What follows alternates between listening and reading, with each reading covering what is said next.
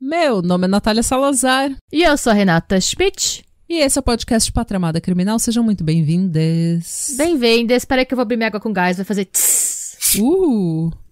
Hidratem-se. Bom demais. Bom demais. Beba água. Hidratem-se. Fica a dica, marcas de água, que a gente consegue fazer um bom merch, se a gente quiser. Se a gente quiser, a gente consegue fazer um merchan. Vou falar que marca é? Não, porque não me pagaram. Ih, subiu pra cabeça, gente. Subiu pra cabeça. Vou divulgar água de graça, gente? Pelo amor de Deus, né? Isso aqui é a minha imagem. Igual aquela... Sabe de que eu tô falando? Aquela moça que corta o cabelo no Esquadrão da Moda. Sim. E ela começa a chorar. Ela fala, isso daqui é a minha imagem. E aquele cabelo, tipo... Aquele cabelo que deram pra ela, coitada. Não que o antes estivesse bom, né? Mas... Nada tava bom no Esquadrão da Moda. Eu adorava o Esquadrão da Moda, gente. Mas que erro, que close errado que foi aquele programa, né? Nossa, uma vez quando eu tava na faculdade, quando a gente era pobre ainda, eu morava em República ainda. Não que hoje eu seja muito rica, tá, gente? Mas na época era a fase do catar as moedas debaixo do sofá pra tomar rabo de galo, sabe? Sei. A gente viu que o cabeleireiro do Esquadrão da Moda, ele ia estar no shopping Guatemi pegando cobaia. E eles pagavam, né? Acho que era 60, 70, 100 reais, alguma coisa assim. Você recebia pra ser cobaia. Não era pro Esquadrão da Moda. Ele ia fazer alguma feira de cabelo e ele precisava de alguém. E eu lembro que meu cabelo ia, tipo, na cintura, assim, né? Aí a gente chegou, eu e minhas amigas, as três com os cabelão, né? Aí a gente chegou lá, aí o cara, gente, obrigada por terem vindo e tal. A gente paga não sei quantos reais. Mas eu vou precisar de alguém que esteja disposta a cortar o cabelo, assim, acima da orelha. A gente olhou uma pra cara da outra. Nope. A gente só virou e foi embora. Isso é minha imagem. O que a gente pensou foi, tipo, na vaidade a gente ainda tem. Não era, sabe? Tipo, a gente não tá... Foi aí que a gente viu que a gente não tava tão desesperado por dinheiro quanto a gente achava que estava. Foi um ponto positivo, sabe? Tipo, ó, se a gente estivesse realmente precisando, a gente tinha levantado a mão. Ai, gente, mas cortar o cabelo demora tanto pra crescer. Eu cortei meu cabelo Chanel. Cortei o cabelo curtinho, né, no ombro, na pandemia. Até hoje não consegui fazer meu cabelo crescer de novo. Nossa, não demora muito, não dá. Demora muito. E assim, você tem que deixar... cortando aos poucos, e cortando as pontas de qualquer forma. Então você cresce 3 centímetros, você corta um. Cresce 3, você corta um. E assim vai. E daí nunca chega no resultado.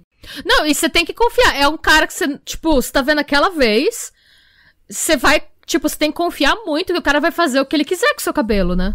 Então, não. Enfim. Eu também não ia, não. É a minha imagem.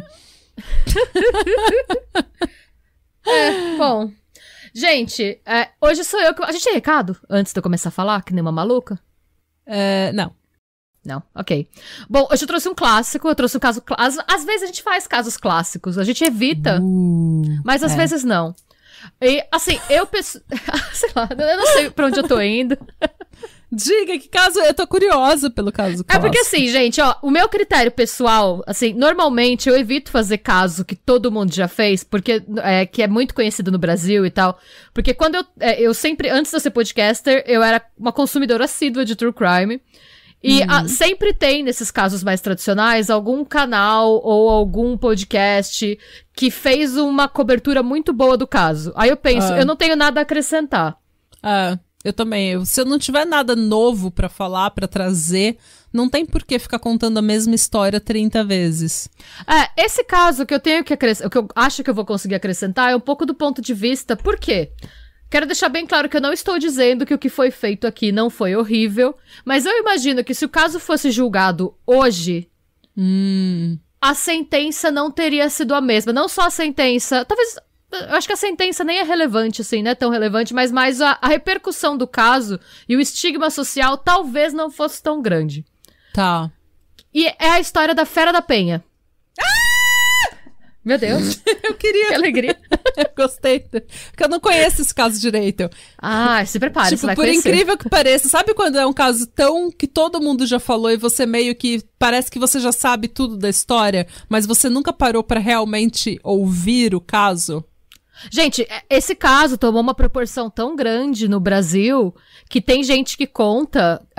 Uma das minhas fontes fala, inclusive, que ela cresceu ouvindo da mãe que se ela não fizesse, tipo, lição de casa, que se ela não fizesse as tarefas domésticas, a Fera da Penha ia buscar ela. A Fera da Penha era o bicho-papão. Era o bicho-papão, Era o homem sim, do real. saco. Era o homem do saco. Tá. Começando, as minhas fontes são o Aventuras na História, a Wikipedia. Ajudem a Wikipedia. Sim, doe dinheiros. Eu doei. Pois bem, porque usamos. O Muito. The Crime Brasil. E a minha principal fonte foi a dissertação de mestrado pela Universidade de Brasília, que chama Dineide, a Fera da Penha. Discursos e representações sociais que atualizam o estigma na mídia. Escrito pela Anete Lobato Maia em 2008. Tá. Eu recomendo demais, se alguém quiser ler, porque ele analisa, né, a dissertação, né, o estudo, analisa a narrativa do ponto de vista da mídia da época e faz um paralelo com hoje. Tá muito bem escrito, então se alguém quiser ler, eu recomendo super. Tá disponível na internet em PDF. Se você colocar Dineide, a Fera da Penha no Google, vai aparecer. É da Anete Lobato Maia, mais uma vez. Tá, eu posso colocar na descrição do episódio. Ai, ótimo. Se você me mandar o link. Eu te mando. Eu mando Porque sim. eu já esqueci o que eu tinha que pesquisar. Eu te mando depois. É bem interessante. Então eu recomendo, se alguém quiser se aprofundar mais, tá? Porque ela fala muita coisa que eu não vou trazer aqui.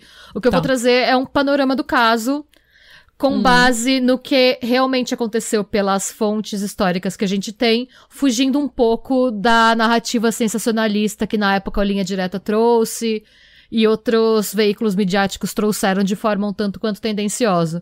Não tô dizendo com isso, gente, que o Linha Direta não seja uma boa fonte. O programa, assim, de maneira geral, a qualidade dos programas é muito boa. Mas o que acontece é que não dá pra gente separar o programa da época em que ele foi feito. Claro.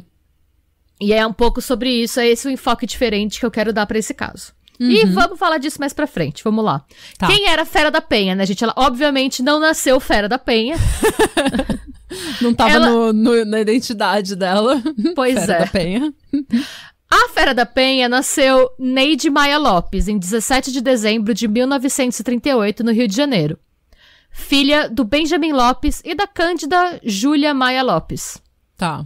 A gente não tem muita informação da infância dela, até porque depois que tudo aconteceu, a família já era reclusa e ficou ainda mais. O que a gente sabe é que a infância dela é descrita como triste. Sim, triste, né? Não. Os pais dela eram super protetores e não permitiam que ela brincasse com as outras crianças da rua. E ela relata que ela era maltratada pelos avós, mas a gente não tem detalhes do que, sobre no que consistiam esses maus tratos, né? Tá. Ela diz que ela descreve, porque mais pra frente ela escreveu um diário. Ela descreve a infância como monótona e fala que a infância tinha muitas lembranças dolorosas pra ela. E ela fala que desde muito cedo, desde que ela se lembra, ela se sentia feia. Porque ela tinha o rosto bem marcado pela acne e ela tem um nariz bem característico, assim. Se vocês olharem, eu acho que as fotos dela são bem icônicas, ela tem um nariz bem marcante. Sim. E ela era extremamente magra, o que na época também não era correspondente ao padrão de beleza vigente. Uma curiosidade, a minha avó fala, eu lembro quando eu era bem pequena, minha avó mostrava as fotos dela com os vestidos e tal, minha avó falava, tá vendo isso aqui? É tudo enchimento. A gente punha os enchimento.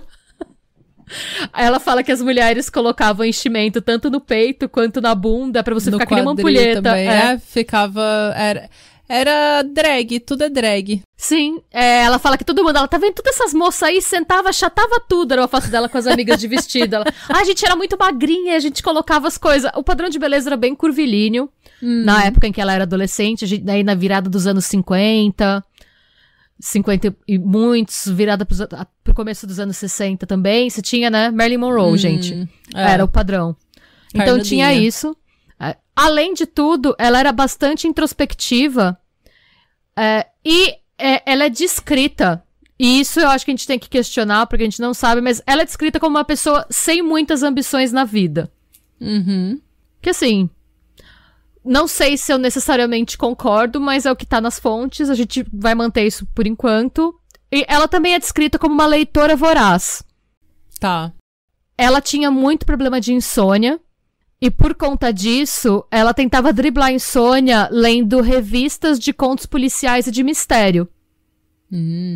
Uma Pátria Mother. Sim, então. E algumas dessas... E eu me identifico muito, porque eu era uma adolescente muito estranha, e eu realmente era adolescente com o nariz enfiado nos livros, que não saía muito de casa. Eu mudei um pouco lá pelos 15, 16 anos, mas que eu fiquei mais sociável. Antes disso era... eu era bem estranha também. Eu não era muito sociável. E também não lia nada, ou seja, eu não era nem inteligente. É porque na nossa época a gente ainda tinha internet, né, Natália? Ela não tinha essa opção, né? Então.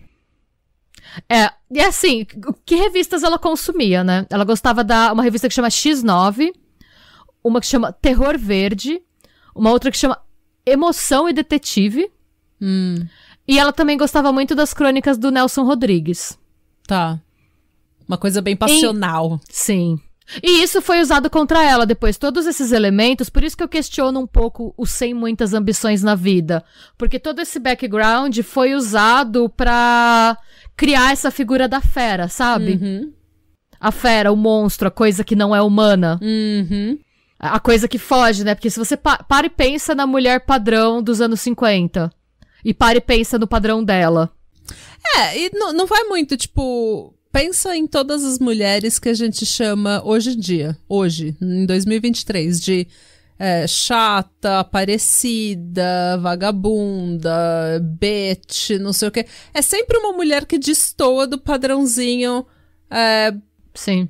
Agradável a todo mundo, né? É uma pessoa que tem uma personalidade mais forte, que fala demais, que fala o que pensa o que fala, e essas coisas todas, e que age da forma que quer, sempre que destoa do padrão, a gente começa a dar esse tipo de rótulo, né? Tipo, fera, devassa, enfim.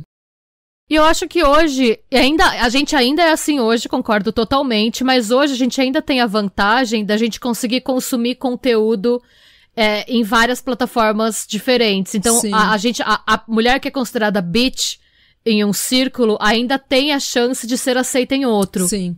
Nessa época em que em que a Neide tá, nem isso tinha. Porque, a gente tá num Brasil aí, o Brasil que acabou de sair da ditadura Vargas, que tá passando por um período de transição e logo vai entrar em outra ditadura, em que as telecomunicações, a gente tinha basicamente televisão, 3 emissoras, 4 no máximo, e jornal, e revista. E todo mundo consumia basicamente as mesmas coisas. Então... o outcast, né, ou a pessoa que não se enquadrava nos padrões daquela época tinha bem menos opções de pra onde iam se enturmar, ela não se enquadrava em lugar nenhum. Tipo, não tinha como você procurar a sua turma, né? Não tinha como encontrar os outros igual você. Sim. E então, vamos pro ano de 59. Em 59, a Neide tem 22 anos. Ela trabalha como conferente de escritório nas lojas do Cal. As lojas do Cal são uma rede de lojas de roupa masculina brasileira. Não sei se ainda existe, mas existia no Rio de Janeiro. Tá. E segundo a imprensa da época, a Neide namorava, tinha dates, lia bastante, não depilava as axilas, olha o detalhe que eles dão. Tipo, como se fosse... Mas eles falam que ela não depilava as axilas, fumava, mostrava-se altiva e destemida frente aos namorados e circulava do trabalho pra casa sozinha. Mas que vergonha! Isso é descrito como um traço de caráter.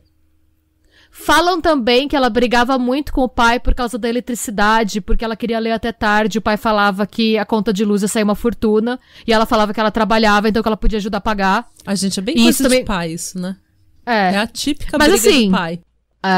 Mas assim, ela ajudava a pagar, então eu já acho que... Sabe? Tá gastando muito, tá bom, eu trabalho, toma o dinheiro, mas isso é considerado, meu Deus. O pai tinha que brigar com ela por causa da energia. Ela anda sozinha, ela tem namorados, ela fuma. Veja bem. Então você vê a construção a mulher. Bom, antes de tudo acontecer, ela teve um outro namorado. A gente não sabe o sobrenome, a gente sabe que o primeiro nome desse namorado era o William. E segundo um trecho do diário dela, ela descreve o relacionamento assim. Ele era muito ciumento. Eu, além de geniosa, era muito teimosa. E todos os dias nós brigávamos. Infelizmente, não pude suportar por mais tempo seu ciúme doentio e assim colocamos um ponto final no nosso namoro. Tá. Pouco tempo depois, ela conhece o Antônio Couto Araújo, que na época ele era motorista do Renato Mascarenhas Branco, que é o nome mais branco que você vai ver Sim.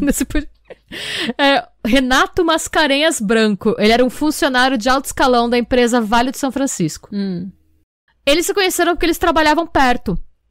E, aparentemente, eles trocaram olhares por algumas semanas e, eventualmente, ele chamou ela pra sair. E eles acabaram engrenando um relacionamento. No diário dela, ela diz: foi com ele que encontrei todo o carinho e afeto que não tive na infância. Ai. Ela também, eventualmente, eles começam a ter uma relação sexual, mas ela demonstra se sentir muito insegura e muito culpada. Porque parece que, pelo que ela conta, foi a primeira relação sexual que ela teve. Ela fala: quando ele me fez aquela proposta, novamente, eu cedi.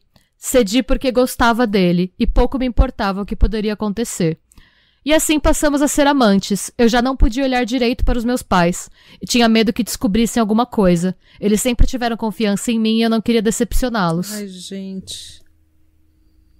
Até aí, ela estava apaixonada. Completamente desesperada de afeto também, né? Sim. E de novo, gente, nada justifica o que ela fez. É só pra gente entender quem ela era e tirar um pouco isso que era um monstro, que era uma gente, fera. A nossa empatia não é com a assassina, a nossa empatia é com a pessoa até antes de cometer o que ela cometeu. Até porque, de novo, o, entre aspas, monstro, né, a pessoa ruim é ela, não a gente. A gente tem empatia, a gente se comove com as coisas que a gente ouve, não tem como. Sim.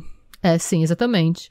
Até pra ela tava tudo bem, ela tava apaixonada e ela achava que eles iam casar. Tá. Até que um dia ela tá indo pro trabalho e um senhor que ela não reconheceu, ela falou só que era um senhor com cerca de 50 anos. Ele abordou ela na rua e disse que ele conhecia o Antônio e que o Antônio era casado e tinha 2 filhas. Ok. Ela ficou desesperada, mas ela não falou nada pro Antônio. Em vez dela tirar a satisfação, em algum, assim, eu não sei se foi uma coisa consciente, mas em alguma parte da psique dela, eu acho que ela entendeu que ele era manipulador, como todo homem que mantém mais de uma família. Então, em vez dela tirar a satisfação e correr o risco dele levar ela no papo, depois que eles saíam e que ele ia embora, ela começou a seguir ele, pra ver pra onde ele ia. Tá. E foi aí que ela descobriu que ele tinha realmente uma família. Tadinho. E é aí, gente, que a Neide fica meio louca. Por quê? Ela continua saindo com ele e seguindo ele todos os dias depois. Pra começar a pesquisar sobre não só a vida dele, mas as vidas das pessoas da família dele. Neide, aí a nossa empatia precisa acabar, porque você podia dar um pé na bunda dele, mas eu acho que também, agora que eu tô falando aqui, que eu tô julgando, agora que eu estou julgando a fera, ela devia estar com tanto medo de que ela parasse de ver ele e ele expusesse ela, expusesse? E ele expusesse tudo que tinha acontecido, ela ficasse mais mal falada? Pode e ser. Que ela desrespeita, sabe, os pais dela. E assim, trazendo pros dias de hoje, o que ela fez foi fuçar as redes sociais dele até achar. Então assim, isso que eu tô pensando. De repente ela tava com tanto medo e ela fez uma coisa que pra gente parece horrível, mas você que já tomou um chifre, que já sofreu uma desilusão, você sabe que você passou um mês olhando o Instagram da pessoa. Ai, gente, posso abrir um parênteses e contar uma história? Eu não sei se eu conto agora, mas eu vou contar. Qualquer coisa a gente edita. eu não vou citar eu acho que eu já te contei essa história, mas eu não vou contar o nome dos envolvidos, porque um amigo me contou essa história. E às vezes ele ouve o podcast, mas enfim, eu não vou citar os nomes. Ok, amigo. Mas esse amigo, ele tem um amigo que, tipo, e esse amigo contou a história pros brother no bar. E esse amigo contou dando risada. Pra mim, esse amigo é um Dennis Reynolds da vida, assim. Porque psicopata. Esse cara tinha uma família em São Paulo, tipo, esposa e filhos. E ele tinha algum trabalho em relações institucionais, alguma coisa assim, não sei direito o que, mas ele tinha que trabalhar 1 semana por mês em Brasília. Ai. Sim. Ele ia pra Brasília, ele alugou lá um apartamento, tipo, e ele conheceu uma mina, ele começou a namorar essa mina. Mas começou a ficar sério nível. Ela chamou ele pra ir com ela no casamento da prima dela. Tipo, uma coisa que ela ia ser madrinha, uma coisa assim. Só que ela conta que no dia do casamento ela teve um pressentimento ruim. A menina. E aí, ele tinha um Facebook que não tinha nada. Assim, ele deu um outro nome pra ela. Ele tinha um Facebook com esse outro nome, que não era o Facebook dele. Tá. E aí, o que aconteceu... Eu não tenho detalhes da história. Eu não sei se ele tinha o Facebook com outro nome, se ele deu um outro nome pra ela. Tinha um fake. Eu sei que em algum momento, alguém da família dele marcou ele, tipo, fulano, eu fiz... E ela foi fuçando e fuçando e fuçando. E aí o fulano, o tio do pavê, falou, fulano, eu fiz a árvore genealógica da nossa família, e mandou um link pra ele. E ela clicou no link e ela viu o cara e a esposa. E, né? E aí ela foi tirar satisfação e o cara falou pra ela que ele era viúvo. Gente. E aí, o que ela fez? Ela procurou o nome da esposa, clicou e apareceu lá. A esposa tinha postado na véspera, a foto de capa da esposa era ela, o cara e as 2 crianças. Aquelas fotos, sabe? Panos esvoaçantes, segurando a criança. Último post, estou viva. Era uma coisa tipo, volta logo pra casa, um post bem... E aí ela falou, o cara tava se arrumando pra chegar, ela só respondeu, tipo, não venha. Mandou o screenshot da esposa. E o cara, tipo, eu largo minha mulher pra ficar com você. Olha, falou, não ia largar. Claro que não. Aí ela falou, olha, se você continuar falando comigo, eu vou abrir uma ordem de restrição contra você. Isso. Ótimo. Beleza, terminou aí a história, só que deu um mês o cara tava com outra, de Brasília. Nossa senhora. Mas bem, fecha o parênteses. Então assim, tendo visto esse contexto que esse tipo de coisa acontece, eu não sei se na época isso é tão diferente do que ela faz fez, hoje, assim. né? Então até aí não tá tão bizarro assim. Eu diria, Neide, vai fazer uma análise, mas né? Neide, Rivotril. Enfim. Eventualmente nessas fuçadas, ela acabou descobrindo. Você vai ficar malhada. Imagina, nos 50, não tinha, não, imagina, não sei hoje, mostrar. Hoje em dia hoje você falaria pra Neide, vai pra academia, nada motiva mais do que não, dor de hoje em corno. dia seria Neide, vai pros apps. Vai pros apps, vai pros apps, vai pros apps. Pois bem, nessa de ficar espiando ele, ela acabou descobrindo o nome da esposa do Antônio, que é Nilza Coelho Araújo, e ela bolou um plano. Um belo dia, assim, aleatoriamente, ela bateu na porta. Ela falou, oi, Nilza, tudo bem? Você lembra de mim? A gente estudou juntas no Colégio Duque de Caxias. Eu não sei como ela conseguiu informação de onde a Nilza estudou. Eu acho que ela deve ter batido na porta e dado um migué perguntando pros vizinhos. Ou senão ela só chutou. Se era, tipo, um colégio próximo, sabe? Ela falou, Pode ser. Eu não sei o quão grande é a escola, quão grande era o Rio de Janeiro nos anos 50. Não sei se era... Eu não sei se ela chutou, a gente não tem essa informação, se ela... Não tenho certeza, tá? Ela ainda falou alguma coisa tipo, a Elaine ia vir comigo, mas ela tá grávida e não tá passando bem. Mas você lembra de mim? A gente tinha o mesmo nome na escola. A Nilza não lembra. Mas, Nilza, boa moça, educada, moça de bem, fingiu que lembrava porque ela achou que era muita falta de educação. Sim, todo mundo já fez isso também, claro que eu lembro. Nossa, várias vezes. Nossa, E aí ela chama ela pra entrar. Ai, claro, entra. E papo vai, papo vem. Ela acaba fazendo meio que uma amizade. Ela começa a frequentar a casa. Ela espera o Antônio sair.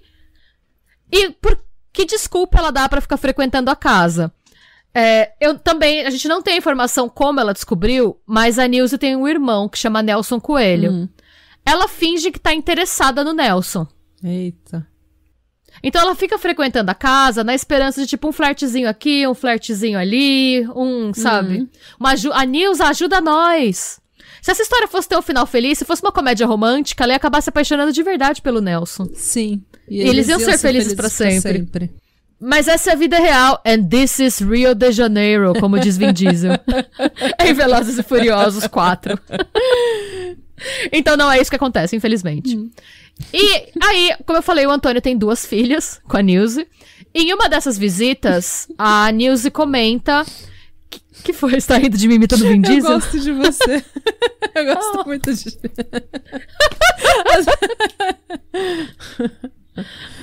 Bateu uma onda de afeição. Desculpa. Bateu uma onda de afeição também, fiquei até com vergonha.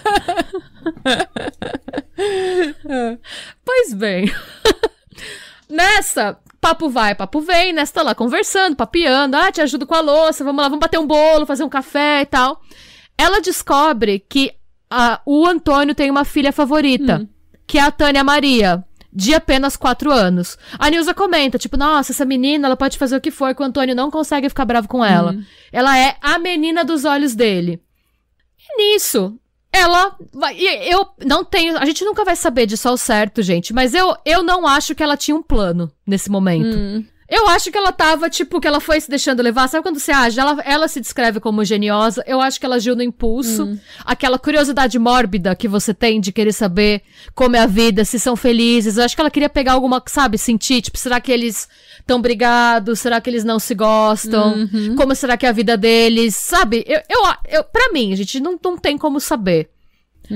Nunca saberemos, mas pra mim, até aí, ela ainda não tinha um plano. E aí, nos diários dela, essa história tem um twist que não foi nem divulgado, nem confirmado pela polícia na época. Mas consta nos diários dela, e eu acho que é importante trazer pra história. Ela conta, 1 mês depois da primeira visita à casa dele, fiz uma descoberta que, apesar da triste situação, me deixou feliz. E à noite, quando ele foi me esperar, contei que ia ser mãe. Encontraria forças para contar tudo a meus pais, e eles talvez me perdoassem e eu viveria unicamente para o meu filho. Ela conta também que o Antônio não gostou, que o Antônio propôs dar um jeito, e que eles brigaram a ponto de ela dar um tapa nele e ele devolver o tapa. Eita. E ela fala, aos poucos fui descobrindo que me sentia mal ao seu lado. Falei com ele francamente que não gostava mais dele, que era melhor esquecermos o passado, que meus pais não ficariam sabendo quem era o pai, que isso era a única coisa que eu poderia fazer por ele. Tipo, não vou tirar a criança, mas eu não vou falar que é seu. Segundo ela ainda, a resposta dele a essa proposta foi ameaçá-la. Ele disse que a criança não poderia nascer e que se ela sumisse, se ela parasse de, tipo, se ela só vazasse, ele escreveu uma carta anônima pra família dela contando tudo. Ainda segundo o diário, passaram-se 2 meses e ele pediu ele esperou ela na saída do trabalho e ele abordou ela de forma carinhosa e apaixonada, como se nada tivesse acontecido. Falou que tinha mudado de ideia, que ele queria assumir a criança. Ele, inclusive, falou que queria largar a mulher. Era o oi sumida da época. E falou, inclusive, ó, eu tô tão te assumindo que eu quero te levar pra passear no Botafogo amanhã e eu quero te apresentar pros meus amigos. Ai. E ela fala que ela saiu com ele e eles acabaram subindo até um certo apartamento na Rua Voluntários da Pátria. E só ali ela percebeu que, na verdade, não era a casa do amigo dele ou dos amigos dele, era uma clínica médica. Ai, meu Deus. E ela fala que ela saiu do prédio algumas horas depois, cambaleante com náuseas, e ela não entendia o que tinha acontecido. Ela fala que ela só entendeu o que aconteceu quando ela chegou em casa. Ele deu carona pra ela até a casa dela. Eles drogaram ela e fizeram um aborto? Sim. Ela fala que ela sofreu muitas dores quando ela chegou em casa e uma forte hemorragia que deram a certeza que ela tinha sofrido um aborto sem o consentimento dela. Gente. Eu quero deixar bem claro, gente, que isso não é comprovado, mas assim, não é que isso é comprovado porque ela passou por um exame e viram que era mentira. Isso não é comprovado porque a polícia nem foi atrás. Ninguém se preocupou em saber se isso era verdade ou não. Ou não. Nos dias que se seguiram ao aborto, ela fala, eu andava muito nervosa, eu sentia muito medo e às vezes tinha a impressão de que alguém me seguia. 4 dias depois, acabei me encontrando com ele, já não suportava a sua presença. Meu Deus. ela conta que a gota d'água pra ela foi 1 mês depois do aborto, quando ele chegou perguntando pra ela, ai, como é que tá a criança? Como se ele não soubesse o que tinha acontecido. Tipo, fazendo um gaslight, sabe?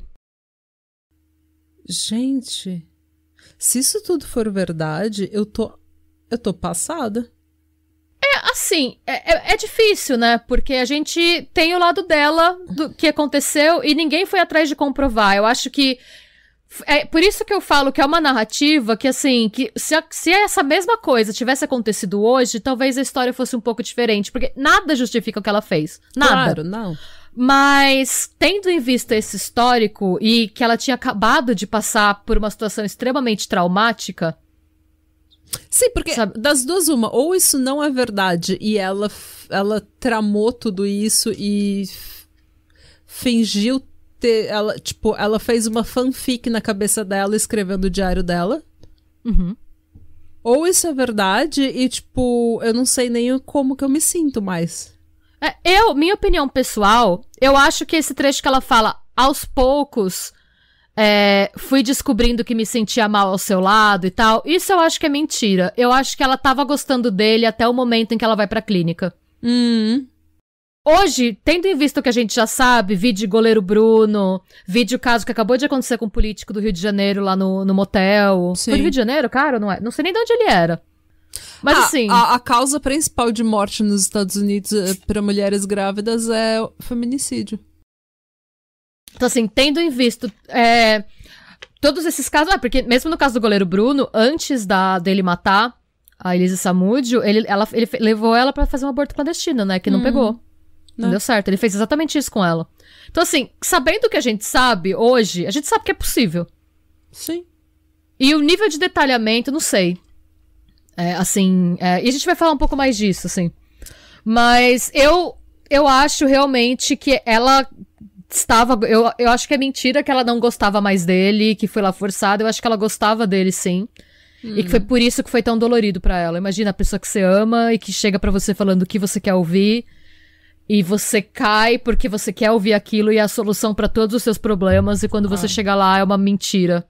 Não só uma mentira, é um abuso. Uma violência, A partir daí, ela fala que a gota d'água pra ela, então, foi nesse encontro, 1 mês depois do aborto, em que ele chega e fala, e o bebê, como é que tá? Dissimulado, né? Ela falou que a partir daí, ela passou a alimentar um forte desejo de vingança contra o Antônio. E que ela fez 2 visitas a uma loja de armas. Na primeira, ela comprou um tipo de arma, que não é especificado, mas ela testou essa arma, ficou desapontada com o alcance dos tiros e voltou na loja pra trocar o modelo adquirido outro mais potente. E aí, vamos falar do crime, né? E o trecho em que ela escreve sobre o crime no diário, e ela fala: na manhã seguinte ao dia de São Pedro, saí de casa ao meio-dia, peguei a lotação e fui para a Cascadura. Saltei onde deveria, mas não sei o que aconteceu comigo, que peguei outra lotação e desci em Piedade. Andei muito, entrei numa confeitaria e telefonei para o colégio onde Taninha estudava. O que aconteceu, então, gente? No dia 30 de junho de 1960, a Neide liga para o Instituto Joemar, que fica na rua Gonçalo Coelho, em Piedade, e ela se apresenta como a Nilza. Ela fala que ela é a mãe da Taninha. Ela afirma que ela tem uma consulta médica, então que ela não vai conseguir buscar a filha, e que por isso a Odete, a vizinha dela, vai buscar a filha para ela na escola um pouco mais cedo que o normal. Então a Neide chega no colégio e ela diz que ela é a Odete, e a Taninha reconhece ela, porque ela frequentava a casa, claro. Lembra? Então, a Taninha vai até ela, normalmente, reconhece ela, e esse fato, né, somado à inexistência de medidas de prevenção e monitoramento a sequestros em colégios naquela época, fizeram com que a escola só deixasse ir. Ela tinha ligado a mãe tinha ligado antes, na cabeça deles, a pessoa disse que se chamava Odete, havia uma Odete, a criança reconheceu, ok. A Nilza foi pra escola perto das 2 da tarde pra levar a merenda da Taninha. E ela descobriu que a filha tinha sido retirada por outra mulher. Ela falou, mas eu não autorizei isso. Nisso, imediatamente, ela, junto com a dona da escola, do Instituto Joemar, elas comunicam o sequestro à polícia. Tá. Nisso, o que a gente percebe da Neide é que ela não tem um plano. Ela fica passeando com a menina, ela não sabe o que fazer. Ela não decidiu o que fazer ainda. Ela fica passeando com a menina por horas. Em algum momento, no decorrer da caminhada, ela para num telefone público, liga pra casa da Nilza e informa que a filha dela foi sequestrada, mas não fala por quem. Ela só fala, eu estou com a sua filha foi sequestrada e desliga. De lá, ela foi com a Taninha pra casa de uma amiga dela. Ela fala, fui parar na casa de uma ex-inquilina da minha avó, Zizélia. X, assim. Tipo... Fiquei lá... eu realmente acho que ela não tinha um plano. Não parece que ela tem. Fiquei lá bastante tempo e a sensação de medo não me abandonou. Lá, a Neide deu leite pra menina. A Taninha, parece que a Zizélia morava numa casa que tinha uma janelona que dava uma vista bonita pra rua. A Taninha pediu pra ver a rua. A Neide pediu pra Zizélia, traz um banquinho pra ela ficar olhando a rua. Ela pediu também uma tesoura que ela usou pra cortar uma mecha dos cabelos da menina. Que acham que ela queria usar como prova de vida. Ela não tinha um plano, aparentemente. Nada parece que ela tem um plano aqui. Você vê, ela tirou a Taninha da escola perto do meio-dia. Ela ficou na casa da Zizélia até as 7 da noite. Nossa, gente. E aí ela saiu, deu 7 da noite, ela não tinha mais o que fazer lá. Ela saiu e ela ficou perambulando pela rua. Comprou pipoca pra Taninha. E aí, eu acho que é a partir daí que um plano começa a se formar. Porque depois que ela compra pipoca pra menina, ela vai pra um armazém e compra álcool. Depois disso, ela senta num banco de praça com a Taninha por horas. Até que entre 10 e 11 da noite, ela foi com a Taninha pros fundos do Matadouro da Penha. Quando ela chega lá, ela empurrou a menina como se ela quisesse que a menina andasse na frente dela, sabe? Mas ela empurrou com muita força e a menina caiu de lado na grama e se sujou de barro. Nessa queda, ela sofre uma lesão na coluna. Como qualquer criança que cai, ela começou a chorar. Nisso, a Neide pega a arma da bolsa, é uma Taurus calibre 32, apontou pra cabeça da Taninha e atirou. Ai, gente. Detalhe é que a Taninha ainda estava viva.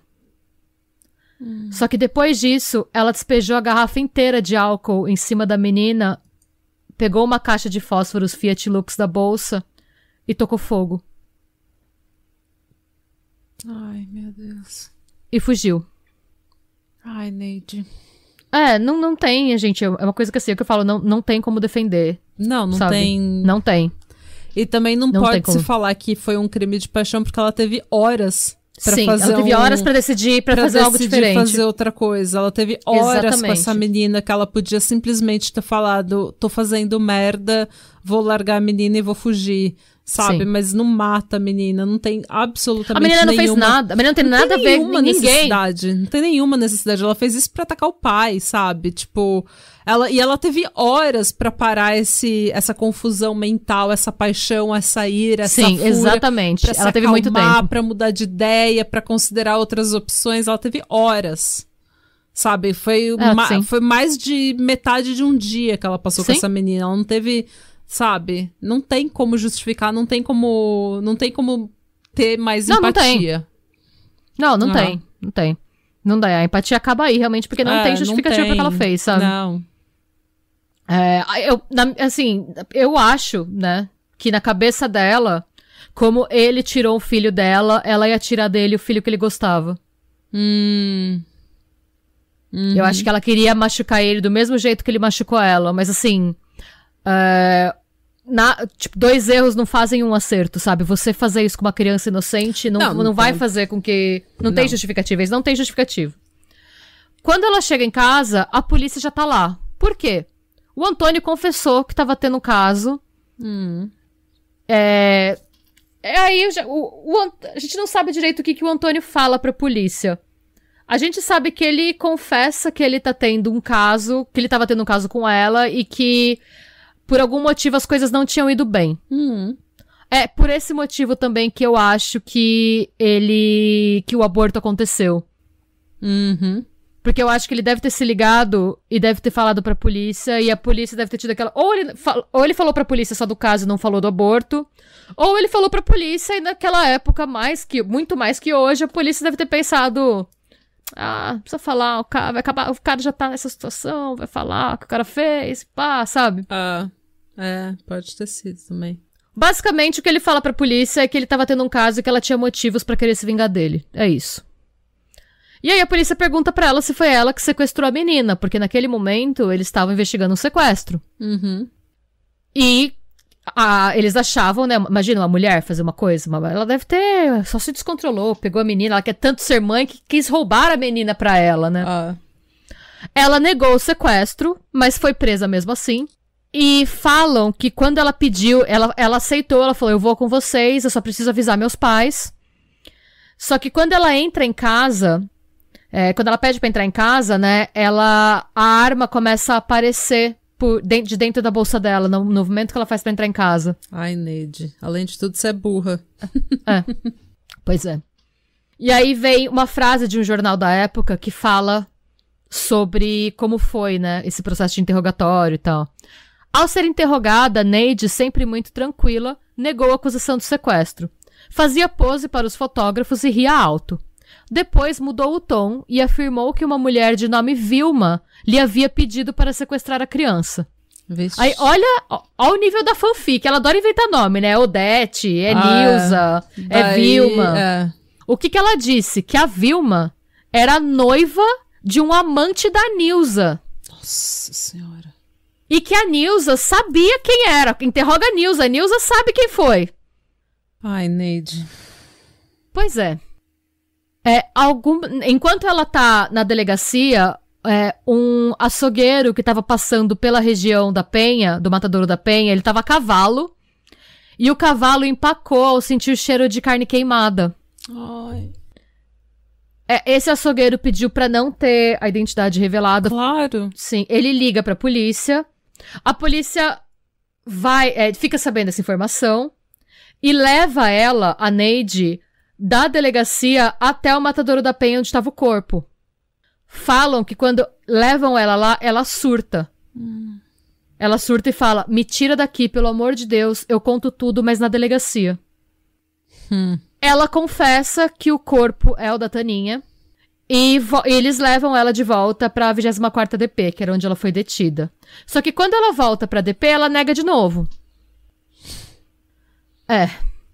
E aí, isso, segundo também a imprensa da época, gente, tá tudo lá naquela tese que eu falei pra vocês.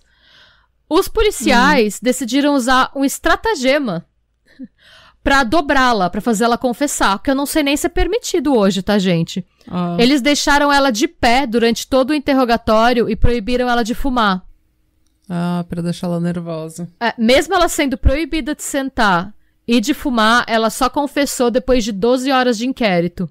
Caraca. Além disso, e esse é um dos momentos que, assim, pra mim, o momento em que ela vira Fera da Penha é esse, tá?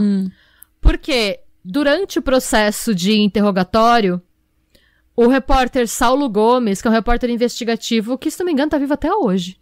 Não tenho certeza. Mas ele é um grande nome da reportagem investigativa do Rio de Janeiro. O Saulo Gomes pediu permissão do delegado pra entrevistá-la. E ele foi bastante insistente. Assim, ele tinha uma técnica dele de tirar o que das pessoas, sabe? Basicamente, ele tava entrevistando ela ao vivo, pela Rádio Continental, fazendo um monte de pergunta. Até que ele deixou ela irritada, e ela falou, eu não vou dizer nada.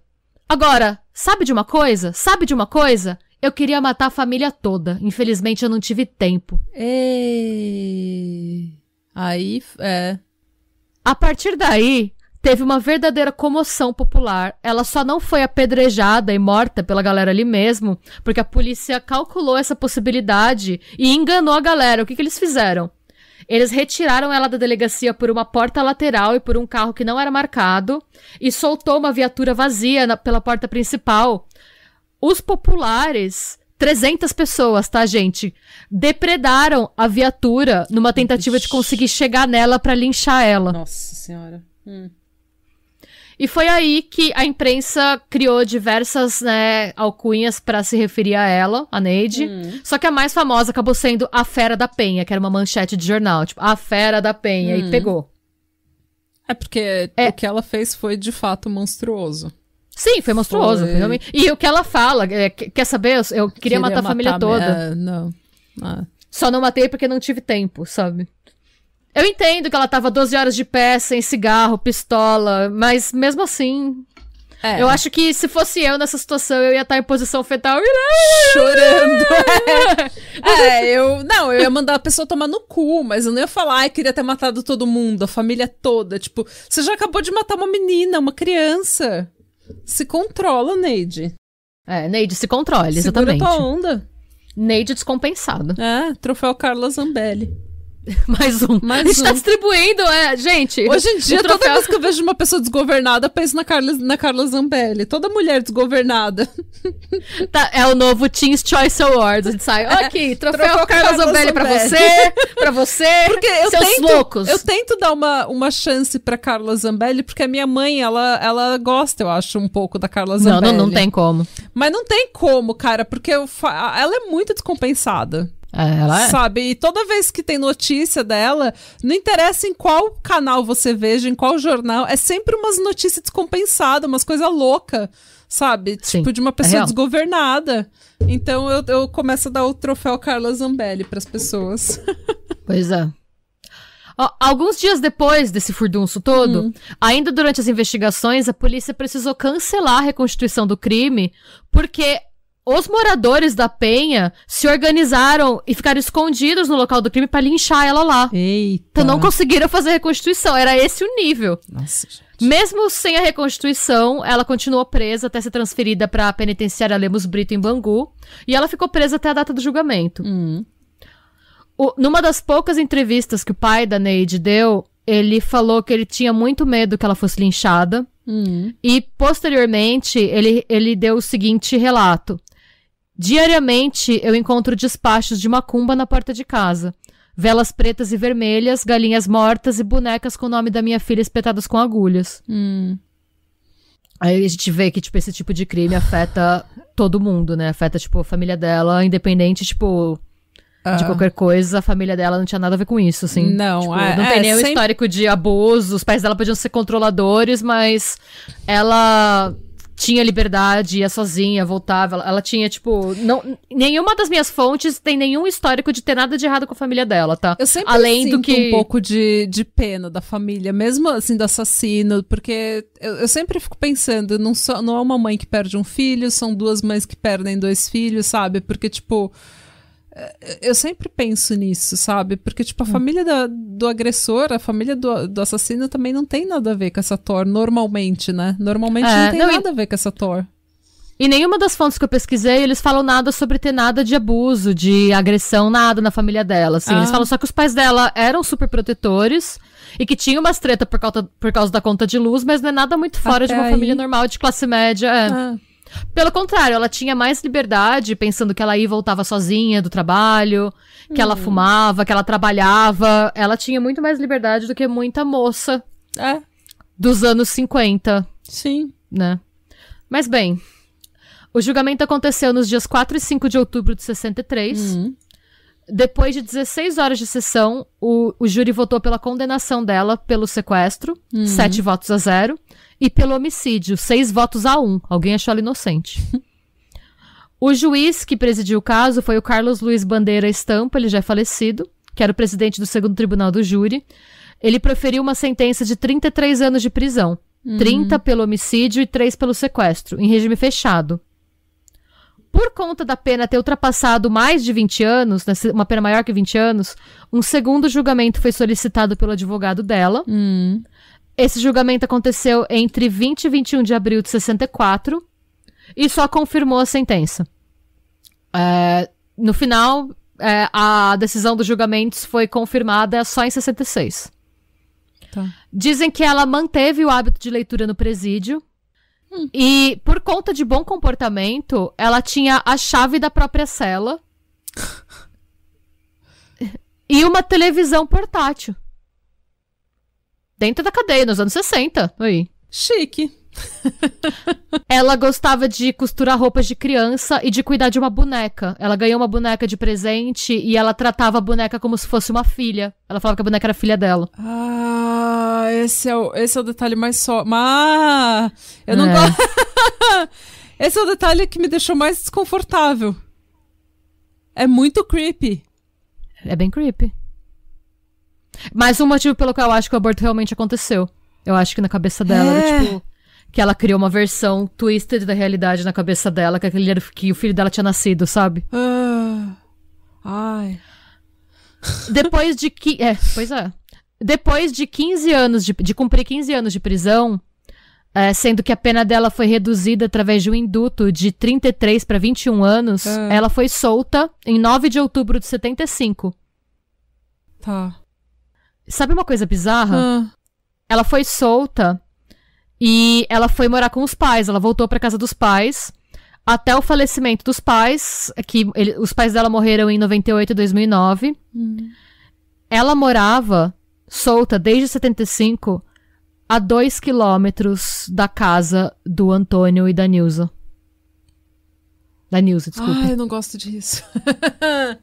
Não, imagina o que é você morar com a assassina da sua filha a 2 quilômetros de você, solta. Tipo, Eles se viam, tipo, na neighborhood, assim, na vizinhança, tipo, indo comprar pão? Então, eu vou falar um pouquinho disso. Ó, o que eles falam, depois que ela sai da cadeia, né, a partir de 75, ela nunca se casou, nunca teve filhos e nunca mais cometeu nenhum crime.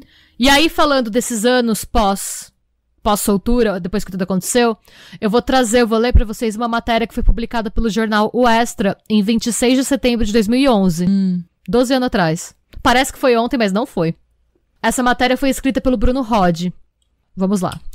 Menos de 2 quilômetros e quase 51 anos separam os pais de Tânia Maria Coelho Araújo de Neide Maia Lopes.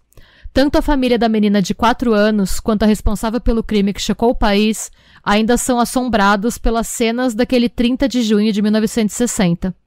Nesse dia, a Fera da Penha pegou um revólver 32, deu um tiro na nuca de Tânia e incendiou seu corpo no matadouro de bois. Mesmo depois da tragédia causada por sua amante, Antônio Couto Araújo continuou casado com Nilza Coelho Araújo. Fizeram bodas de ouro. Além de Solange, que já era nascida na época, tiveram outros 3 filhos. Hoje são 6 netos e 2 bisnetos. Deus me levou uma, mas me deu mais 3, conta a Nilza, de 70 anos, na primeira vez em que fala sobre o assunto numa entrevista. Ai. A única recordação palpável de Taninha é uma foto guardada na residência do casal de idosos. Antônio evita conversar sobre o crime. O assassinato é uma espécie de tabu para ele. Mas as lembranças não deixarão de existir. O aposentado fez aniversário na quinta-feira e evitou festa. Em meio à comoção pela morte da menina Lavínia Azevedo de Oliveira, em Caxias, teve um assassinato parecido na época de 2011. Em circunstâncias parecidas em circunstâncias parecidas com as de Taninha, a dor volta a apertar na casa da família Araújo. Estava conversando com umas amigas e comecei a chorar. São coisas que marcam muito. Mesmo que você queira esquecer, as pessoas não deixam. A humanidade é muito cruel, desabafa a Nilza. Num bairro vizinho ao dela, vive a Fera da Penha. Depois de cumprir 15 anos de prisão, Neide deixou a cadeia. Morou com os pais e vive só desde que eles morreram. O endereço dela é uma rua tranquila, onde ainda é possível jogar futebol sem se preocupar com carros. Reclusa, ela pouco sai de casa. A janela de seu apartamento, no 2º andar, costuma ficar fechada, mesmo sem ar-condicionado no imóvel. Aos 72 anos, ela não conversa com os vizinhos e nunca foi vista acompanhada pelos moradores dos outros 15 apartamentos de seu prédio. Se para ela o destino reservou uma vida de sombra, como uma espécie de maldição pelo crime que cometeu, para Nilza, o tempo que Neide passou na cadeia foi pouco. Ela não cumpriu a pena dela, afirma. Quadra 21, Carneiro 17. A funcionária do cemitério de Inhaúma responde de pronto o local onde está enterrada a menina Taninha. Depois de assassinada, a garota passou a ser tratada como santa. 5 décadas após o crime, sua sepultura continua atraindo fiéis em busca de milagres. Meu Deus. Foto, flores, né? Foto, flores, uma estatueta de São Jorge e até 2 bonecas decoram o túmulo da garota. As placas de agradecimento pelas graças alcançadas estão por toda parte. A última é do ano passado.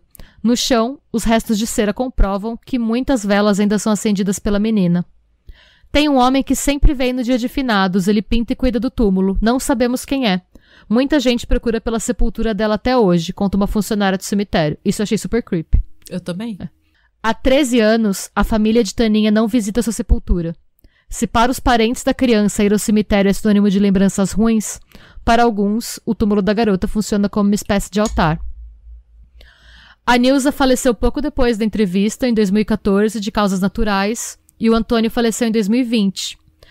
A Neide Maia Lopes, a Fera da Penha, ela morreu em 3 de maio desse ano, em 2023, de AVC. E essa é a história da Fera da Penha, gente. Gente, eu não sabia dos detalhes dessa história. Eu só sabia assim, do outline. Eu não sabia de tudo que tinha acontecido. E eu tô horrorizada. Gente, eu tô horrorizada com o detalhe da boneca. Eu não sabia que ela tinha morado na mesma vizinhança que os pais da menina. 2 quilômetros não é nada, gente. Eu imagino, se tipo, é a assassina da minha filha. Eu ia ter uma crise de pânico, de medo de encontrar essa mulher na padaria. Eu não sei qual seria a minha... Eu acho que se eu encontrasse essa mulher na padaria, eu voava nela. Eu ia pra cadeia. Eu acho que sim. Eu ia pra cadeia. Ela solta e eu presa. A gente ia trocar. Não ia dar certo. E aí são várias camadas, né? Eu fico pensando do casamento ter durado. Eu acho que assim, o meu coração é mais peludo. Eu acho que por mais que eu jamais continuaria com esse homem. É que tem o tabu do divórcio. Até a década de 80, de se divorciar era muito tabu.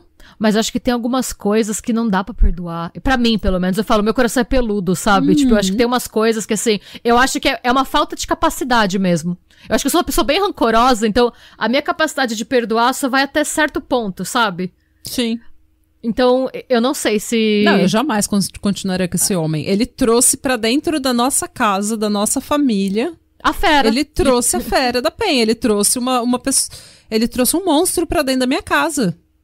E aí eu fico pensando se eu não ia me questionar se o lance do aborto foi verdade, se eu não ia pensar se tivesse, sabe? E se fosse se ele drogou mas ela ao mesmo e tempo fez eu não isso quero... com ela, o que ele fez comigo. E eu não quero, mas assim, ao mesmo tempo que você pensa nisso, você pensa, eu não quero sentir empatia por essa mulher, então eu não quero pensar se isso é verdade. E olhar pra esse homem todo dia, pra mim, ia fazer tudo voltar, ia ser eu reviver o que aconteceu todos os dias.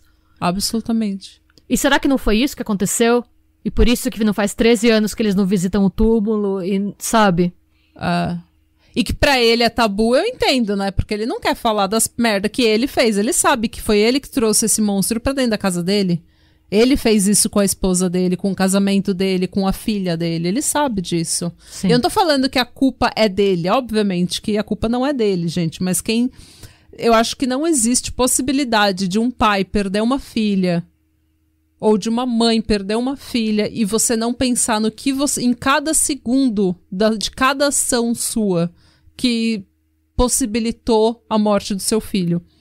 Isso eu acho que é impossível para qualquer ser humano. Se você perder um filho, eu acho que não existe possibilidade de você não passar os seus dias questionando e se eu fizesse isso diferente? E se eu fizesse aquilo diferente? E eu acho que não existe possibilidade de que eu, Natália, não culparia o meu marido pro resto da vida.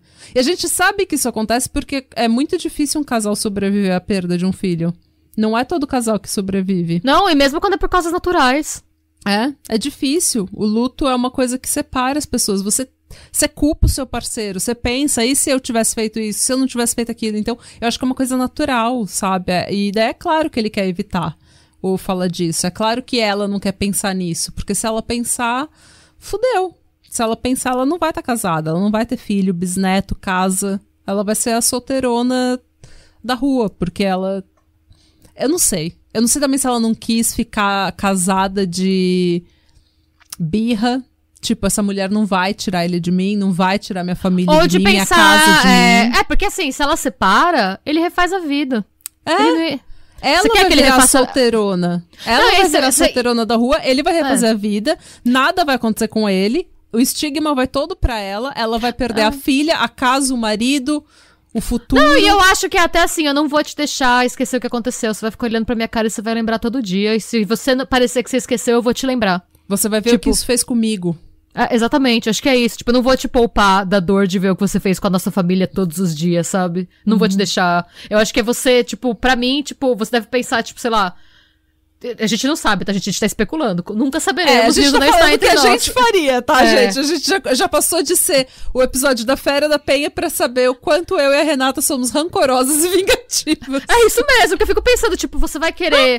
Porque, eu não sei, eu acho que tem gente... Eu não sei se é uma coisa... Eu acho que mulher é educada, a gente é socialmente condicionada a remoer mais as coisas. Uhum. E homem é socialmente condicionado a deixar pra lá e seguir o baile. Sim.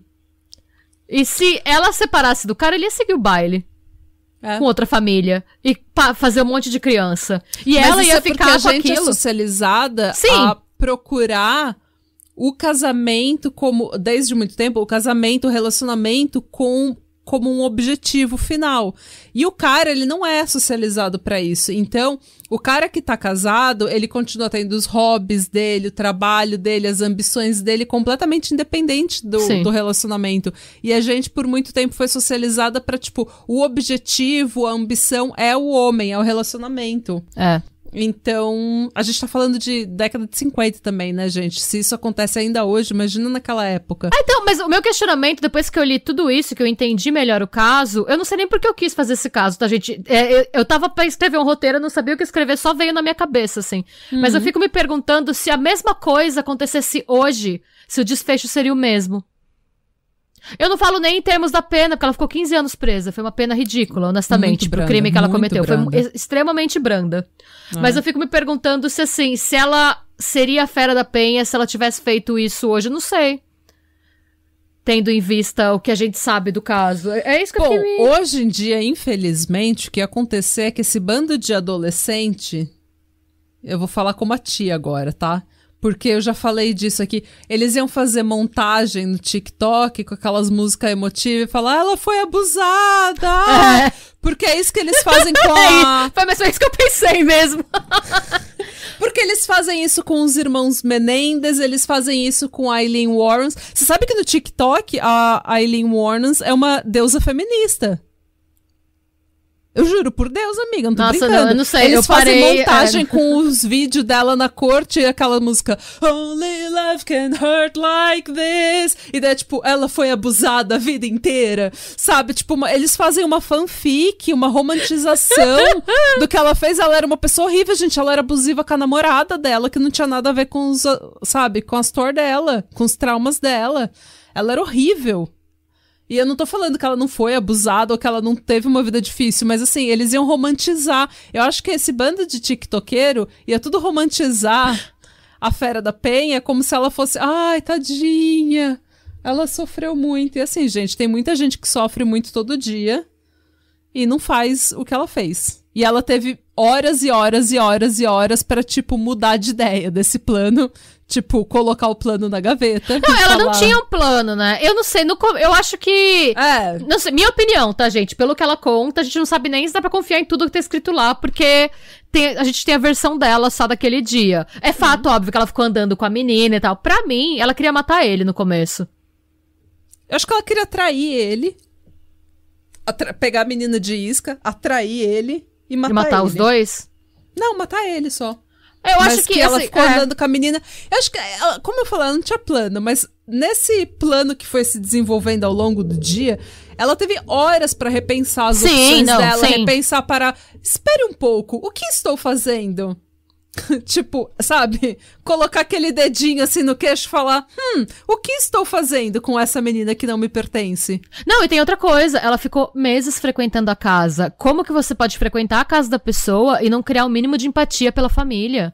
Pela criança? Esposa que tá sendo tão enganada quanto você, amada.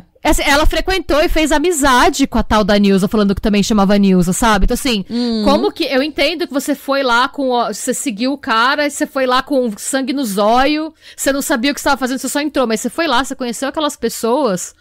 Como que isso não pesou? Você viu que eram pessoas, tipo... Você ficou amiga da esposa, ela tava sendo tão enganada quanto você... Como que você convive com a família, você vê essa mulher com os filhos, você tem coragem de tomar a criança dela, sabe? Então dá pra ver que tinha uma inveja aí também. Porque eu acho que ela viu o que, na Nilza, tudo que ela queria ser. a pessoa padrãozinho, a pessoa casada, a cidadã de bem. Porque, querendo ou não, por mais que ela fosse transgressora, isso e aquilo, ela tinha um grande problema de autoestima e ela se sentia mal com ela mesma grande parte do tempo. É muito mais fácil você se enquadrar e ser padrão e não ser... Sabe, então eu acho que foi muito por inveja e por inveja da Nilza. Uhum. Porque você vê que quando ela é chamada pra depor, a primeira coisa que ela tenta fazer é difamar a Nilza. Que foi a Nilza que tinha um amante. O amante, ela não tenta acusar o cara, ela não fala, eu fiz isso porque ele me obrigou a fazer um aborto. Isso ela só vai falar depois. Não, ela tenta difamar a Nilza. Eu acho que é um daqueles casos da... Tem umas mulheres assim, gente. Não tô errada. Eu não sei se tem uns homens assim. Eu já vi muito caso de mulher assim. A mulher que ela quer conquistar o cara da outra mina, que ela tem inveja da mina. Uhum. Tem umas minas que é assim, que tipo, que às vezes ela não quer nem pegar o cara, ela só quer que o cara chaveque ela. Sim. Tipo, se eu desse bola... Sabe a mina que fala, nossa, aquela que posta, se seu namorado mostrasse as DMs que ele me manda, sabe? Sim, sim. Eu acho que que rolou no caso da Neide uma rivalidade nesse sentido. Uhum. Essa rivalidade também era alimentada pela cultura na época, né? Até pouco tempo atrás, até hoje, a rivalidade feminina é uma coisa que é alimentada pela sociedade, então não é difícil. Mas eu acho... Ai, gente... Não, tem muitas camadas esse caso. Porque você vê o caso, quando você tem a narrativa padrão, é tipo... era uma doida que invadiu a casa da mulher pra conhecer melhor, conhecer os hábitos, foi lá, roubou a mina, matou a mina, e é a Fera da Penha. E coitada da família. A gente não tem muito as nuances, né? E daí... nossa. Agora... A gente precisa falar da menina ter sido santificada, gente, pelo brasileiro. Isso eu achei bem bizarro. Eu achei bizarro, gente. Foi só uma criança que morreu. Vocês estão... Deixa a menina descansar, sabe? Sabe? Vocês estão indo lá pedir favor pro corpo da menina. Eu acho que foi por isso que eles pararam de ir no túmulo. Imagina também você ver isso sendo, sabe? Era uma criança. Uma criança, gente. O cara que vai cuidar do túmulo eu achei bem bizarro. O cara desconhecido que não é da família, que vai lá pintar o túmulo e tipo... Ai, nada é normal nessa história. Ninguém é normal. Tudo tem um detalhe creepy. A boneca na cela, a boneca na prisão. Ela costurando roupinha pra boneca que ela tratava como se fosse um bebê. Gente, o que vocês acham? Fala pra gente.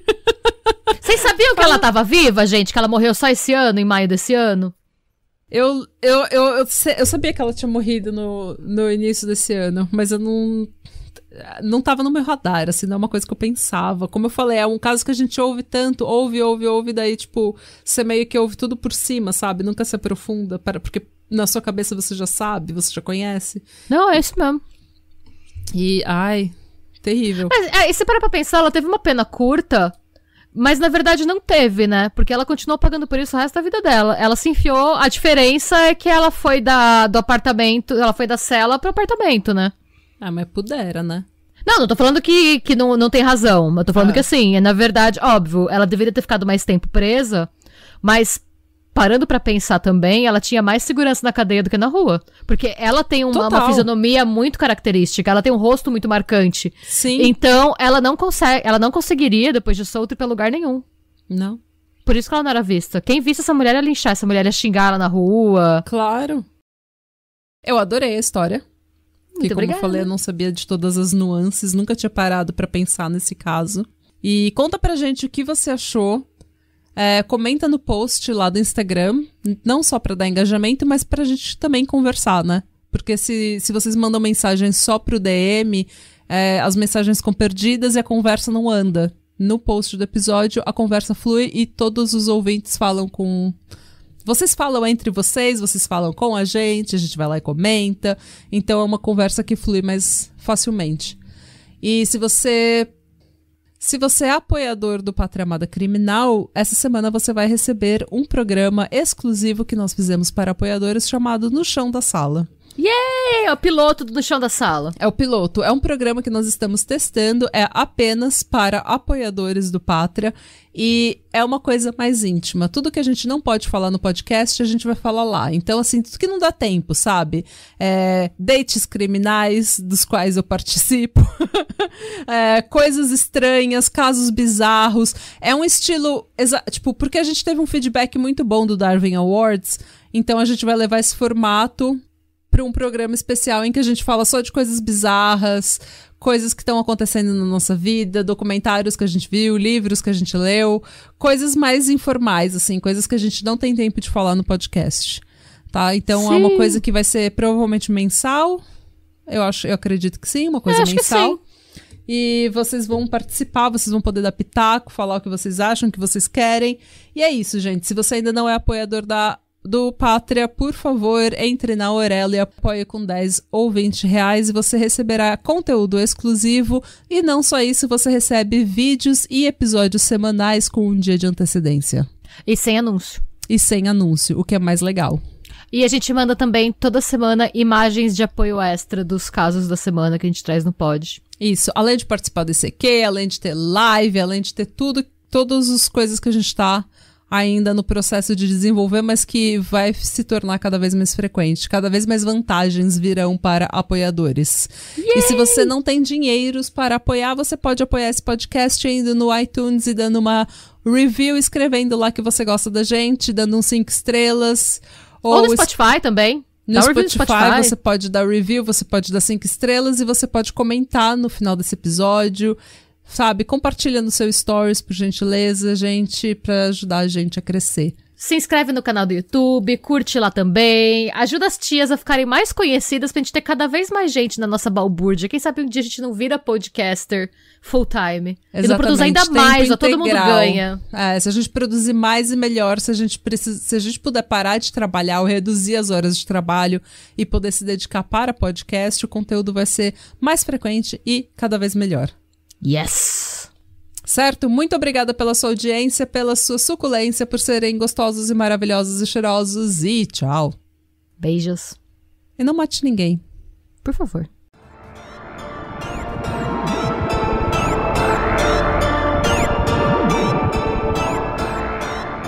E se você gostou desse episódio e quer receber conteúdo exclusivo sem comerciais, vá até a Aurelo para se tornar um apoiador do Pátria. Você também pode se inscrever no nosso canal do YouTube para episódios inéditos todos os domingos. E agora sim, tchau!